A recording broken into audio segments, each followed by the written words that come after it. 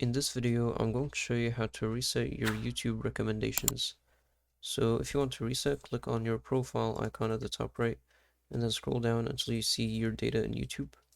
Click on that, and then scroll down on this page until you see YouTube controls.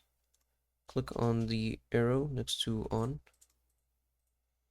Scroll down again. And if you want to turn off YouTube history and never get recommendations again, you can click on turn off here. And if you want to also choose an auto delete, which means YouTube will automatically delete your watch history, you can just choose an auto delete option here, and the minimum is 3 months until it's auto deleted.